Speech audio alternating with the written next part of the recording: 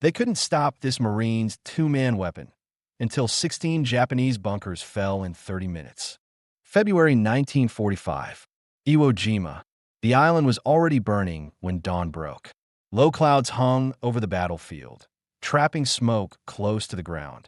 Naval bombardment had torn the surface apart, but it had not destroyed what mattered most. The black volcanic ash absorbed explosions instead of deflecting them, leaving the terrain uneven, soft, and exhausting to cross. Every step sank. Every movement exposed a Marine to unseen fire. By this stage of the Pacific War, American commanders understood that Iwo Jima was unlike any previous landing. The Japanese defenders had abandoned the idea of stopping the invasion at the shoreline. Instead, they had built a defense system designed to bleed attackers slowly and relentlessly. Concrete bunkers were carved directly into slopes and ridgelines. Each position was reinforced, camouflaged, and connected by underground tunnels. Machine guns were placed to overlap fields of fire. Mortars were pre-aimed.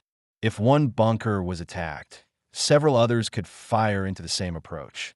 The objective for the U.S. Marines was clear: break through the bunker lines, secure the ridges, and open the way inland so airfields could be captured. Progress was measured in yards. Casualties were counted by the minute.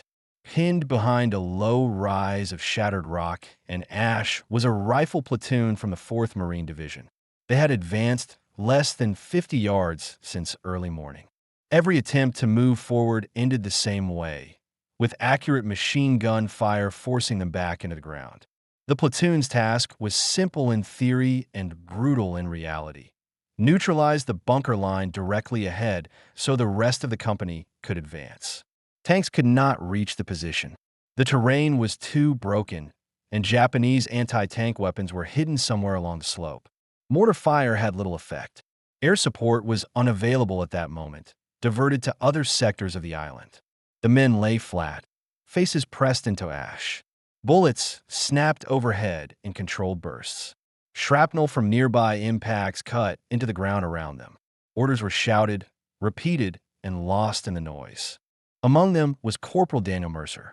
Mercer was 24 years old. He had grown up in rural Iowa, working long hours on his family's farm. When the United States entered the war, he enlisted without hesitation. He trained as a standard infantry Marine, rifle, movement, discipline. He had already seen combat on previous islands, where close-range fighting and fortified positions were common. By the time he reached Iwo Jima, Mercer understood that survival depended on patience and awareness more than speed or aggression. His role in the platoon was straightforward. He was a rifleman assigned to advance with his squad, provide fire when needed, and follow orders without hesitation. He was not expected to lead an assault. He was not carrying specialized equipment meant for independent action. That changed when the bunker line opened fire. Beside Mercer lay the two-man weapon team. One Marine was dead, killed when the first burst cut across their position.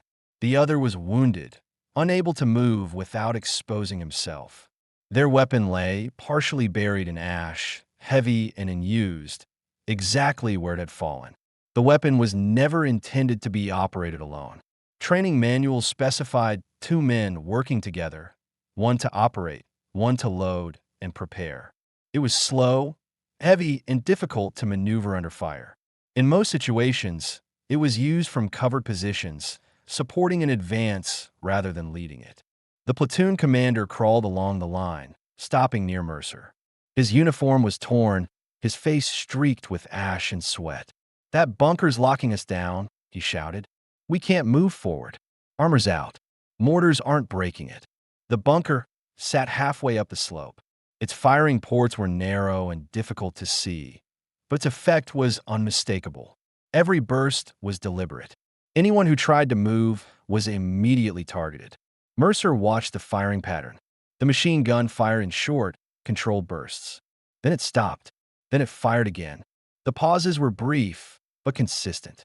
He looked again at the abandoned weapon. Mercer understood the risk. Alone, reloading would be slow. If he was seen while advancing, there would be no cover. If the weapon malfunctioned, there would be no second man to correct it. He also understood that staying where they were meant eventual casualties. The bunker line was not going to stop firing on its own. The wounded Marine beside him grabbed his sleeve and shook his head.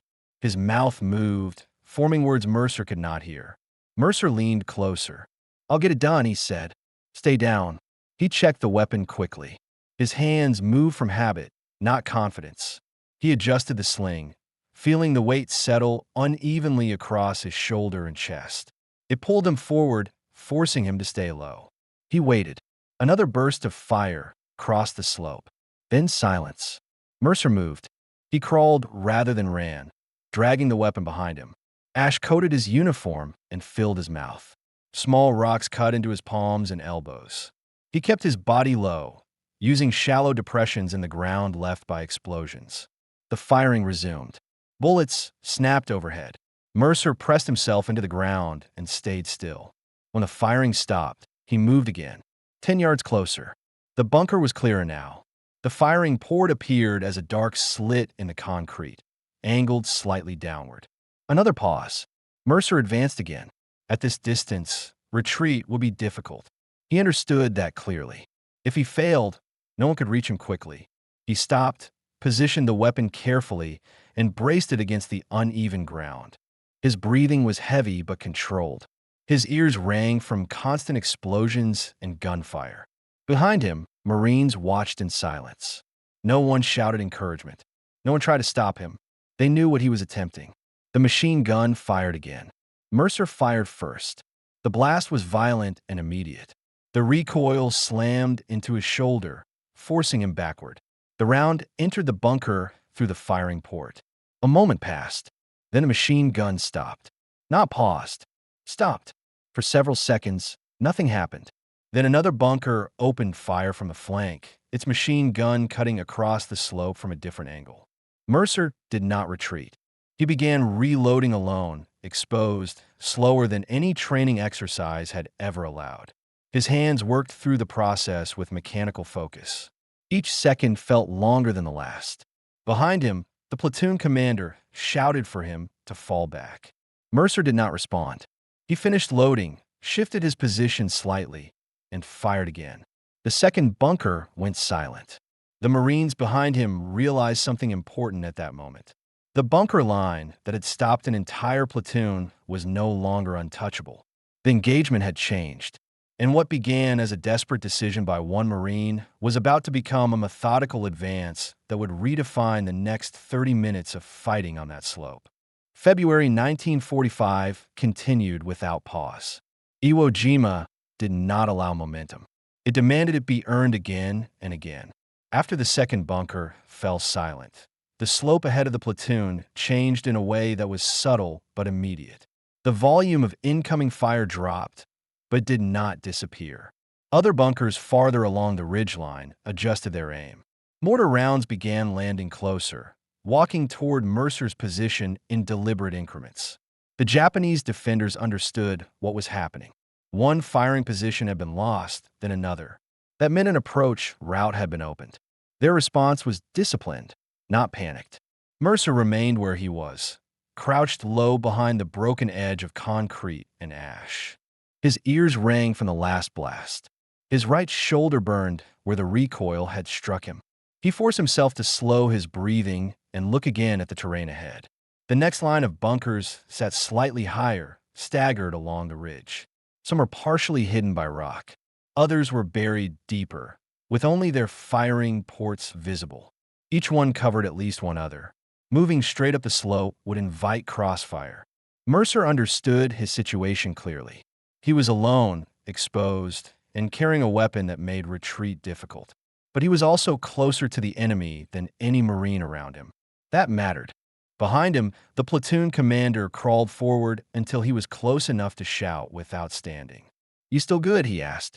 Mercer nodded once. "I can keep going." The commander hesitated. This was not part of any plan. Mercer's original task had been to hold position and advance on command, not dismantle bunker defenses by himself. But the reality in front of him was undeniable. 2 bunkers were out. The platoon was no longer pinned in place. The commander made a quick decision. "We'll stay down and cover you. Take them one at a time." Mercer did not answer. He was already watching the next bunker. He observed its firing pattern carefully. This one fired longer bursts with shorter pauses. It was better supplied, better manned, or both. The firing port faced slightly left, covering a shallow depression that Marines would normally use for cover. Mercer knew he could not approach from the same angle as before. He shifted sideways, inch by inch, using the destroyed bunkers as partial cover. Each movement was deliberate. Each pause was timed to the enemy's firing rhythm. A mortar round exploded nearby, showering him with ash and fragments. He did not look back. He pressed himself into the ground until the dust settled. The Japanese gun fired again. Mercer counted the seconds in his head. When it stopped, he moved. He advanced diagonally, staying just outside the bunker's direct line of fire. The weapon dragged behind him, its weight pulling at his arms and shoulders. Sweat ran into his eyes. His breathing grew heavier, but he forced it under control. At this distance, the sound of the bunker changed. He could hear movement inside. Voices, brief and sharp, spoken in Japanese. Orders, likely. Adjustments. He stopped at the edge of a shallow crater and positioned the weapon. The angle was not ideal. The firing port was partially obscured. He adjusted his position by inches, careful not to expose himself too much. The machine gun fired again, spraying the ground just feet away. Mercer waited. When the firing paused, he fired immediately. The round struck the concrete edge of the firing port, exploding outward. The bunker did not go silent right away. A secondary port opened, firing blindly. Mercer dropped flat as bullets tore through the air above him. He crawled sideways, reloading as he moved, keeping his body low. This was the most dangerous moment. He was close enough that any accurate burst would hit him. He finished reloading, rolled onto his side, and fired again. This time, the bunker went silent. Smoke drifted from the opening. No return fire followed. Behind Mercer, Marines began to move forward cautiously, spreading out, using the destroyed bunkers as cover. They did not rush. They had learned too well what impatience cost on this island. The platoon commander called out positions and sectors of fire, reorganizing the line as it advanced. Mercer remained ahead of them, still closer to the enemy than anyone else. At this point, Mercer was no longer reacting. He was selecting targets. He identified which bunkers controlled the most ground, which ones supported others. He avoided positions that were already masked by terrain and focused on those that dominated movement routes. Another bunker opened fire, this one farther up the ridge. Its machine gun swept across the slope, searching for targets. Mercer changed direction again. He moved slower now. Fatigue was setting in. His arm shook slightly as he repositioned the weapon. His shoulder throbbed with every movement. He paused behind a broken rock outcrop and listened. The bunker fired, then stopped. Mercer advanced. This bunker fell faster than the others. The angle was better. The firing port was fully exposed. One shot was enough. By now, the Japanese defenders were responding more aggressively. Mortar fire intensified. Rifle fire crackled from unseen positions. A grenade rolled down the slope and exploded behind Mercer, showering him with debris. He did not turn around. He reloaded again, slower this time, his fingers stiff and uncooperative. He forced them to keep working. The Marines behind him watched with a mixture of disbelief and restraint. No one cheered. No one shouted. They understood that drawing attention could be fatal. One of the squad leaders later recalled that moment clearly. It wasn't bravery like you see in movies, he said. It was work. He was doing a job no one else could reach. Mercer destroyed another bunker, then another. Each one reduced the volume of fire. Each one opened more ground for the platoon to advance. The ridge, which had seemed impossible to cross less than an hour earlier, was being dismantled piece by piece. Mercer did not count how many bunkers had fallen. He did not think in numbers. He focused on the next position, the next pause in firing, the next few yards of ground. By the time he paused again, kneeling behind the shattered remains of a bunker, he realized something had changed. For the first time since the landing, the slope ahead of him was quiet. Not completely silent, but no longer controlled by Japanese machine guns. The engagement was no longer about survival. It was about finishing what had begun. The quiet did not mean safety. On Iwo Jima, silence was often more dangerous than gunfire. It meant the enemy was shifting, repositioning, or waiting for the next mistake. Mercer stayed low behind the broken bunker, listening. His breathing was heavy now, no longer easy to control. His arms felt weak from the weight of the weapon and the repeated recoil. His mouth was dry, coated with ash. He wiped his eyes with the back of his sleeve and forced himself to focus on the terrain ahead. The ridge was not cleared. It was disrupted. Several bunkers were silent, but others remained intact farther up the slope and along the flanks. The Japanese defenders were no longer firing continuously. Instead, they were conserving ammunition, waiting for Marines to expose themselves. Behind Mercer, the platoon moved again, slowly and deliberately. Squad leaders signaled by hand. Riflemen spread out, using shell holes and destroyed positions for cover. The platoon commander advanced in short bursts, stopping often to reassess. Their task had not changed. They still needed to secure the ridge so the company could move forward. What had changed was how they would do it. Mercer was now the point of the advance. The platoon commander crawled up beside him, careful to stay low. "We've got movement on the right," he said. Two bunkers still active. One higher up, one covering the draw. Mercer nodded. He had already noticed them. The bunker on the right was set back farther than the others, its firing port angled downward into a shallow ravine. It controlled the easiest route up the ridge. Any Marine attempting to use that ground would be exposed. The second bunker was higher, partially concealed by rock. Its position allowed it to support the lower bunker if attacked. Mercer understood immediately that attacking either one alone would draw fire from the other. He also understood that time was no longer on their side. Japanese mortar fire had slowed, but had not stopped. Every minute spent on the slope increased the chance that artillery or counterattacks would be brought to bear. Mercer adjusted his grip on the weapon and shifted his body. "I'll take the lower one first," he said. "If I move fast." The platoon commander hesitated. "You won't have cover." Mercer looked at him briefly. "I haven't had much so far." The commander nodded once. "We'll put fire on the upper bunker when you move." Mercer waited for the signal. Rifle fire erupted from behind him, directed at the higher position. It was not meant to destroy the bunker, only to force the defenders inside to keep their heads down. As the rifle fire intensified, Mercer moved. He crawled into the shallow ravine, using its slope to stay below the line of fire. The ground here was softer, churned by explosions. Each movement was slower, harder. His legs burned from the effort. The lower bunker fired briefly, sweeping the ravine. Mercer pressed himself flat, the weapon partially shielded by his body. Dirt and ash sprayed across his back. The firing stopped. Mercer advanced again, closing the distance quickly now. He could hear voices inside the bunker, sharp and urgent.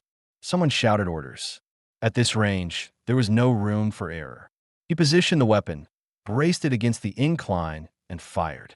The explosion was contained inside the bunker. The firing port disappeared in smoke and debris. No return fire followed. Mercer did not wait to confirm.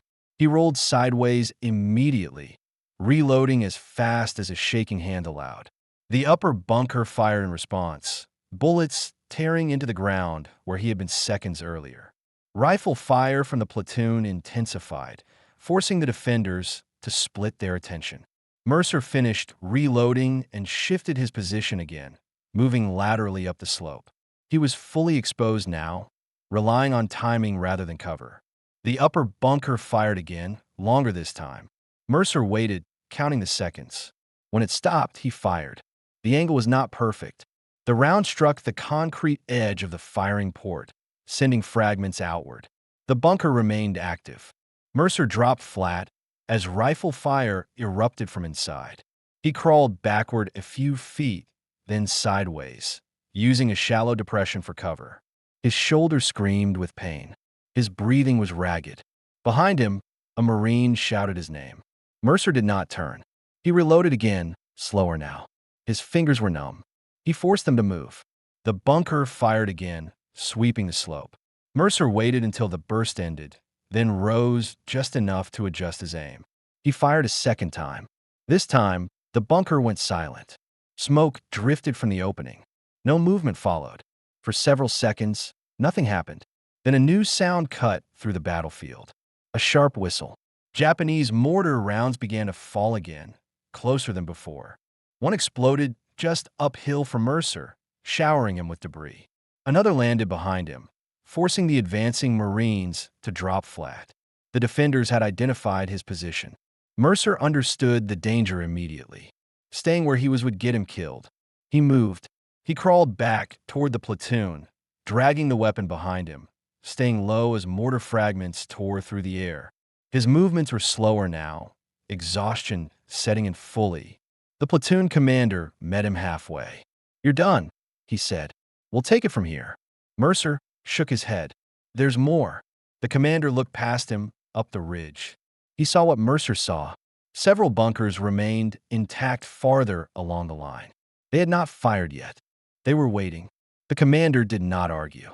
He reorganized the platoon quickly, assigning sectors, moving riflemen forward to newly secured positions.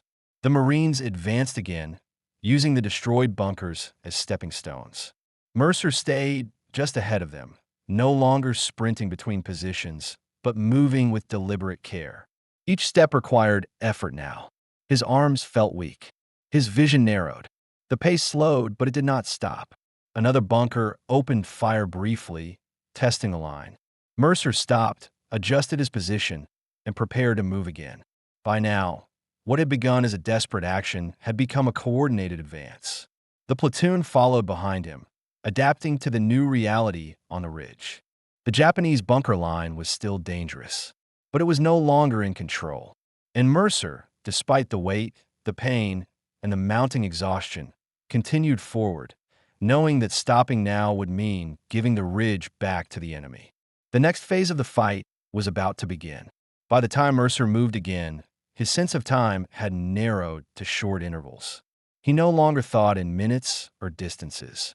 He thought in pauses between bursts, in the weight of the weapon in his hands, in the next few yards of ground he needed to cross. The ridge ahead was uneven and broken.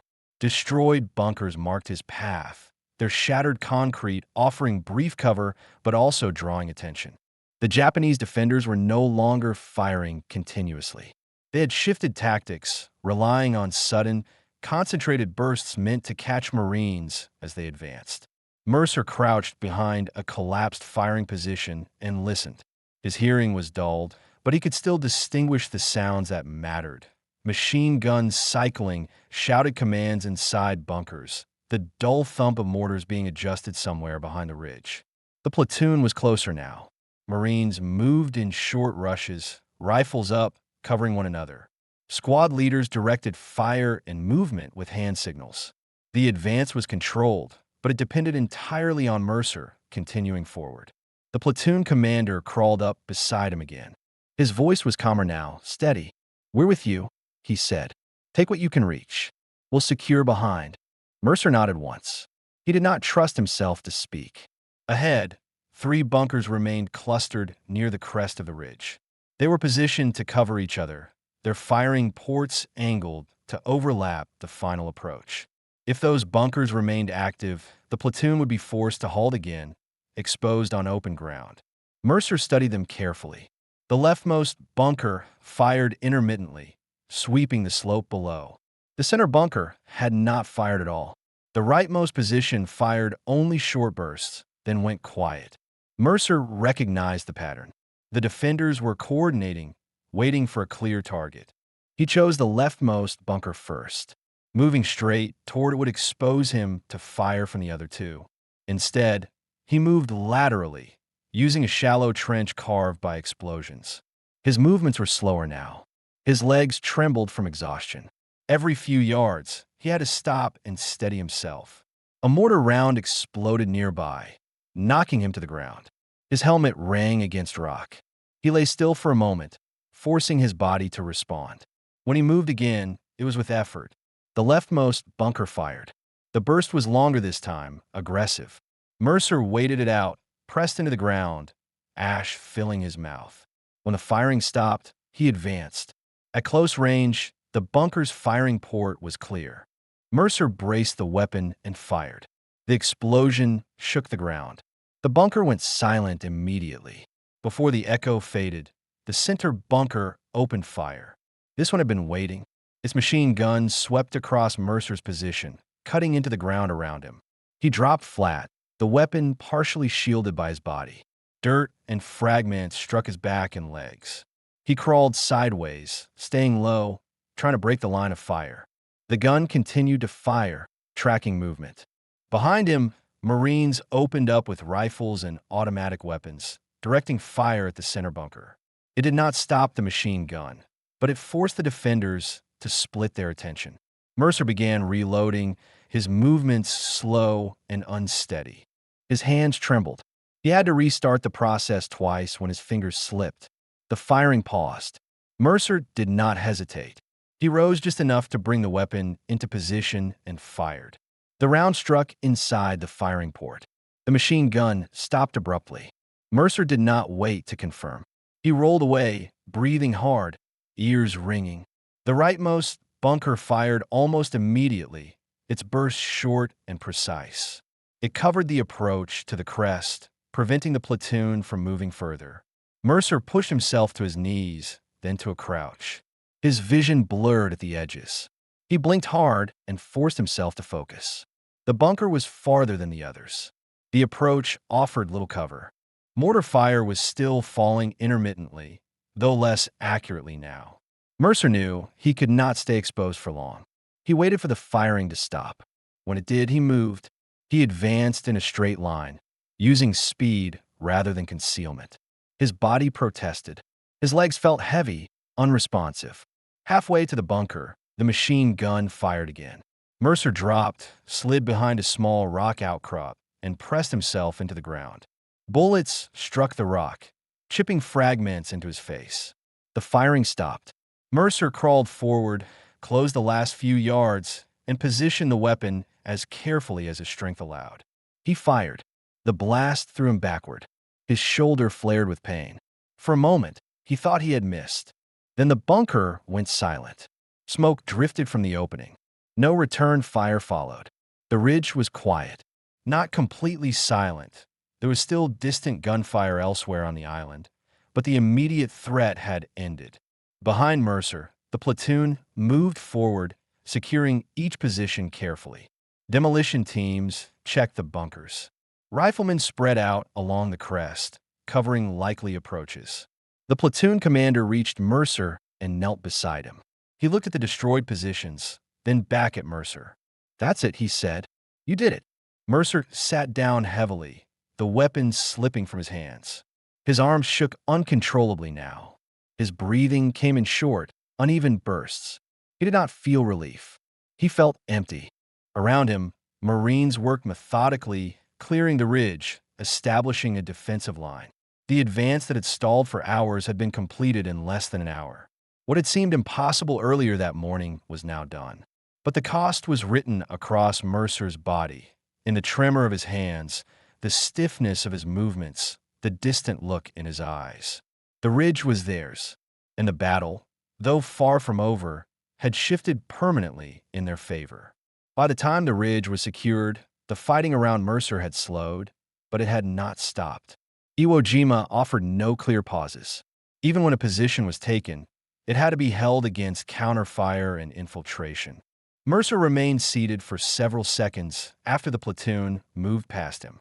His legs felt unsteady when he tried to stand. A corpsman reached him and checked his shoulder quickly, then moved on. There were others who needed him more. The platoon commander ordered the men to dig in along the crest. Shallow fighting positions were scraped into the ash. Marines worked quickly, knowing that Japanese counterattacks often followed the loss of key terrain. Riflemen covered approaches. Machine guns were repositioned. Ammunition was redistributed. Mercer was assigned to stay near the center of the line. His task was no longer to advance, but to remain ready in case another bunker opened fire or a concealed position revealed itself.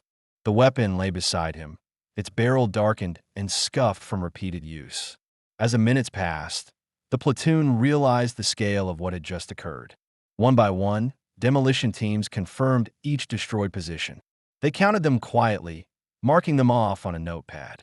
16 bunkers had been neutralized along that stretch of the ridge. Most had fallen within a period of roughly 30 minutes. No tanks had been used. No airstrikes had been called in. The platoon commander reported the results up the chain. His message was brief and factual. The significance of it would take time to be understood. Around Mercer, Marines spoke in low voices. No one celebrated. They were too tired, too aware of how quickly the situation could reverse.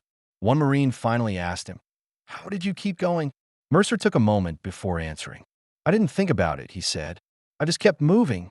In the hours that followed, Japanese fire resumed intermittently from other sectors. Mortars fell beyond the ridge. Rifle shots echoed from unseen positions.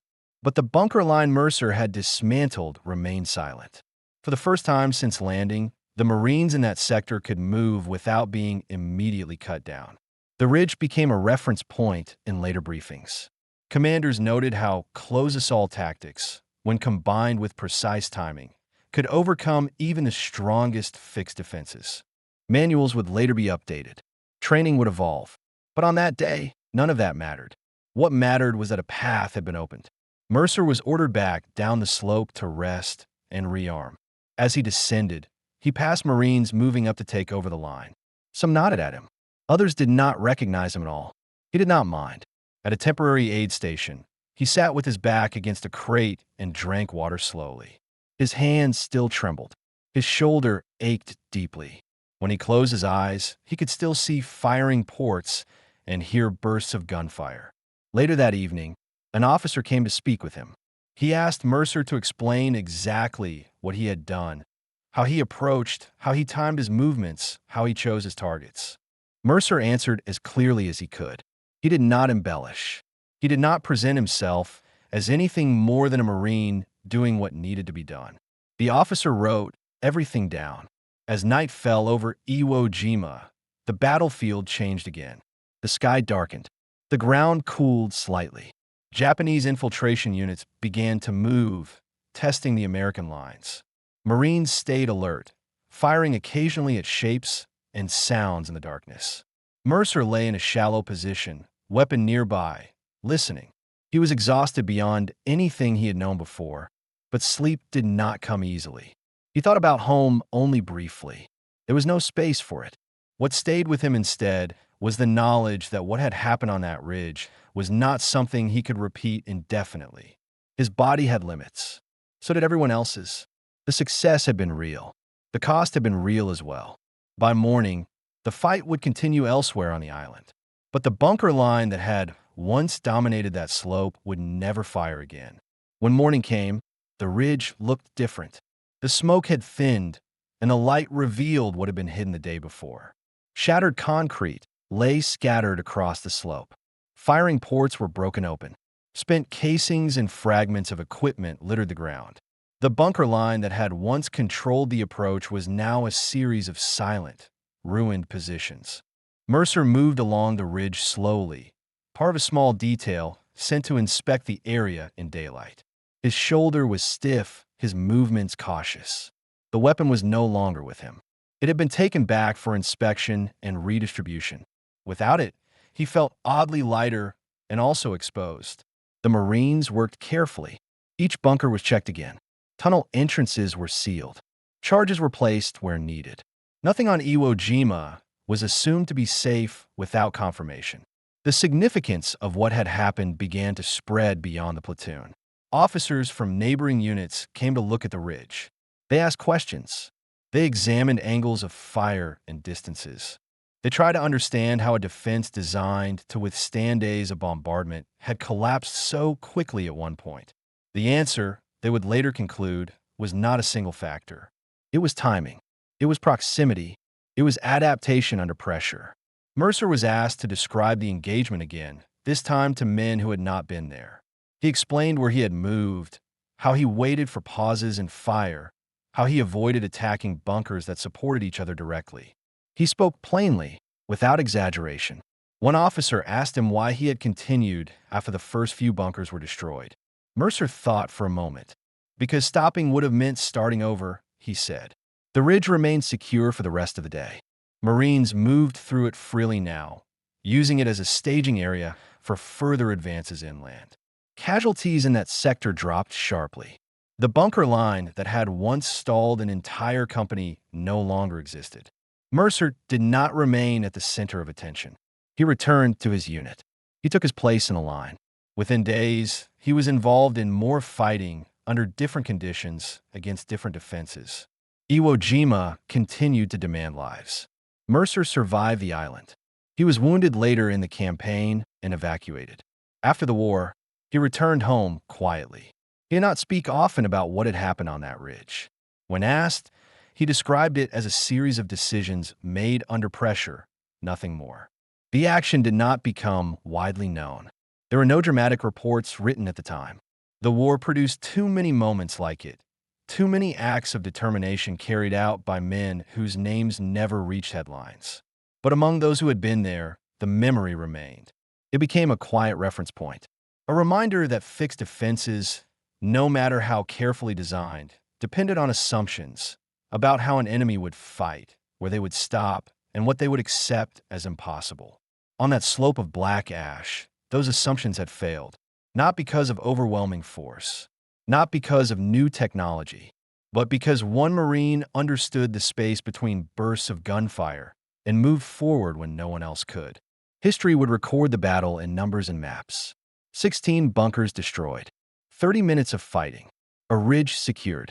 What it would not fully capture was the weight of the weapon, the hesitation before each movement, or the exhaustion that followed. Those things lived only with the men who saw it happen, and with one Marine who carried a two-man weapon alone, long enough to change the course of a fight.